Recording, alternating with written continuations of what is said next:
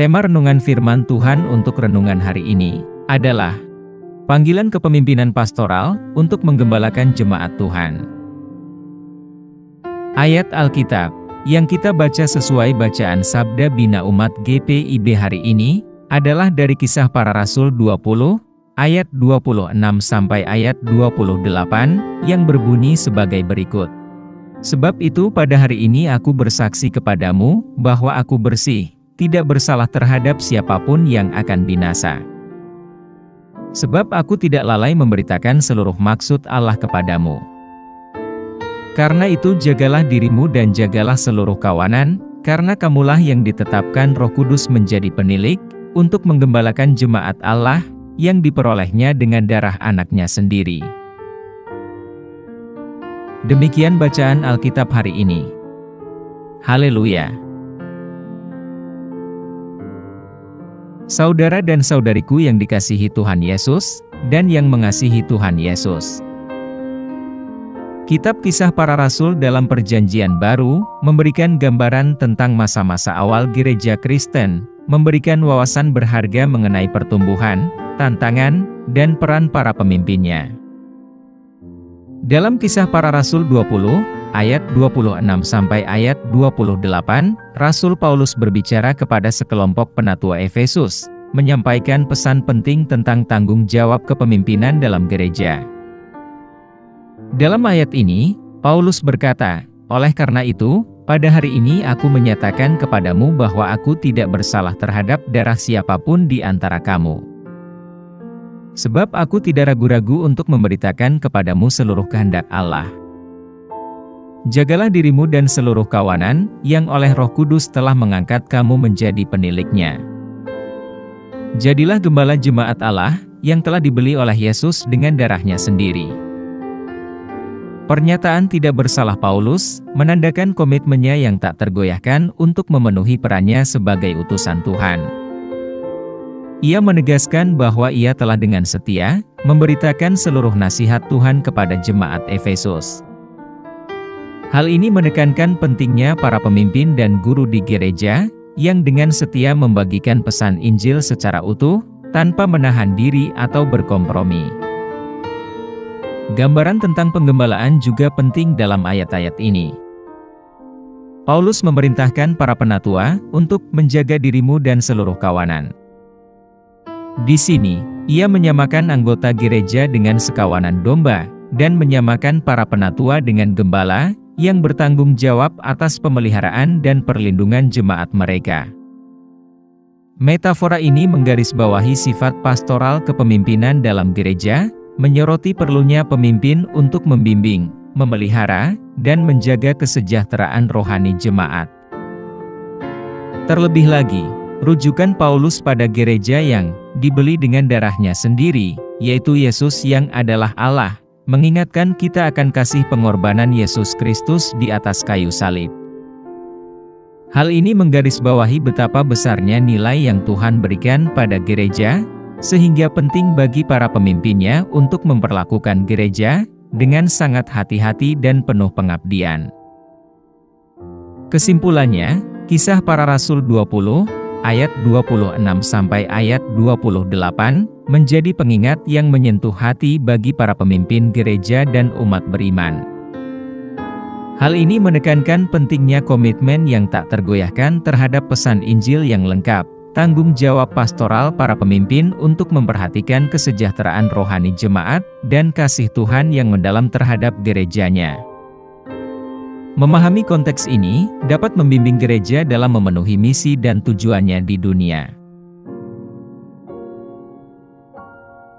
Apa pesan Tuhan untuk kita yang hidup di masa kini? Kisah Para Rasul 20, ayat 26 sampai ayat 28, menyampaikan pesan yang mendalam untuk konteks saat ini, di mana dunia merindukan para pemimpin yang menunjukkan iman yang tak tergoyahkan, penuh akuntabilitas, dan memiliki hati seorang gembala. Bagian ini tidak hanya berbicara kepada mereka yang memegang peran kepemimpinan di gereja, tetapi juga menyentuh siapapun yang mempunyai pengaruh, menekankan panggilan universal untuk memimpin dengan integritas dan penuh kasih sayang. Dalam ayat-ayat ini, perkataan Rasul Paulus bergema sepanjang zaman, mengingatkan kita akan tugas suci kita untuk menggembalakan kawanan domba Tuhan. Gambaran penggembalaan memunculkan gagasan tentang bimbingan, perlindungan, dan kepedulian. Dalam konteks tantangan kepemimpinan saat ini, pesan ini mendorong para pemimpin untuk meneladani Gembala Agung yang baik, yaitu Yesus Kristus. Pernyataan Paulus bahwa dia tidak bersalah terhadap siapapun yang akan binasa, menekankan akan pentingnya akuntabilitas moral dan spiritual yang harus dijunjung tinggi oleh para pemimpin. Di dunia yang dilanda skandal dan kegagalan kepemimpinan, ayat ini mendesak para pemimpin untuk mewartakan seluruh kehendak Tuhan tanpa rasa takut, dengan berpegang pada prinsip-prinsip moral yang pantang menyerah. Ungkapan yang dibelinya dengan darahnya sendiri, menggarisbawahi betapa berharganya gereja di mata Tuhan, mengingatkan kita akan pengorbanan Kristus bagi gerejanya. Hal ini menyoroti bahwa kepemimpinan bukanlah tentang kekuasaan atau prestise, melainkan pengabdian dan sikap tidak mementingkan diri sendiri.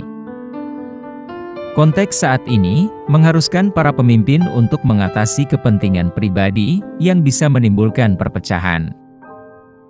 Kisah Para Rasul 20, ayat 26 sampai ayat 28 menyerukan para pemimpin untuk mencapai standar yang lebih tinggi dari kepemimpinan duniawi, yaitu menjadi gembala rohani yang memelihara dan menjaga kesejahteraan orang-orang yang berada di bawah pengawasan mereka. Kesimpulannya, pesan dari Kisah Para Rasul 20, ayat 26 sampai ayat 28, untuk konteks kita saat ini, adalah seruan yang jelas untuk kepemimpinan pastoral, yang ditandai dengan iman yang tak tergoyahkan, akuntabilitas, dan kasih sayang. Ini merupakan undangan bagi semua pemimpin, baik di gereja, politik, bisnis, atau bidang apapun, untuk menggembalakan kawanan domba Tuhan, dengan kerendahan hati dan integritas, menjadi mercusuar harapan dan bimbingan, di dunia yang sangat membutuhkan pemimpin yang dapat dipercaya. Dengan menerima pesan ini, akan memperkuat iman kita, dan mengilhami kita untuk memimpin dengan memberi contoh, mewujudkan esensi gembala yang baik, dalam memerankan kepemimpinan kita. Apa yang harus kita terapkan dalam kehidupan kita sehari-hari? Kita harus mewartakan seluruh kehendak Tuhan tanpa rasa takut, yaitu dengan membagikan pesan Injil yang lengkap, tanpa kompromi. Kita harus menjadikan diri kita bertanggung jawab atas tindakan dan keputusan kita sebagai pemimpin dan orang percaya. Kita harus memiliki hati gembala, memiliki kualitas seorang gembala, untuk memberi bimbingan, perlindungan, dan kepedulian, saat berinteraksi dengan jemaat, maupun dengan orang lain. Kita harus memiliki integritas kepemimpinan, dengan menjunjung tinggi standar moral dan etika, dalam semua aspek kehidupan kita. Kita harus memahami betapa berharganya gereja di mata Tuhan, yang telah dibeli melalui pengorbanan Kristus Yesus. Kita harus mengutamakan pengabdian kita dalam melayani orang lain, di atas kepentingan diri sendiri, maupun keuntungan pribadi kita. Kita harus memerankan kepemimpinan yang rendah hati, dan yang siap melayani. Kita harus meneladani Kristus, berusaha keras untuk meniru karakter dan kasih Yesus Kristus, dalam kepemimpinan dan kehidupan kita sehari-hari.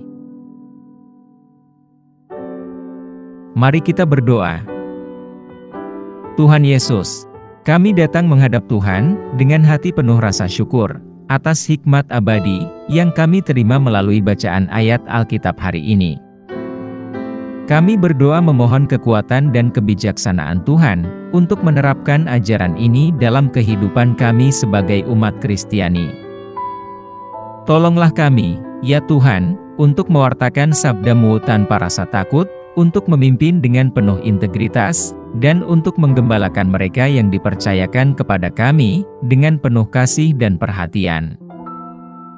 Semoga kami selalu mengenali dan mensyukuri nilai gerejamu yang tak terukur, dan melayani sesama dengan kerendahan hati. Bimbing kami dalam menjalankan tugas panggilan untuk menjadi gembala di komunitas kami, tempat kerja, dan keluarga kami.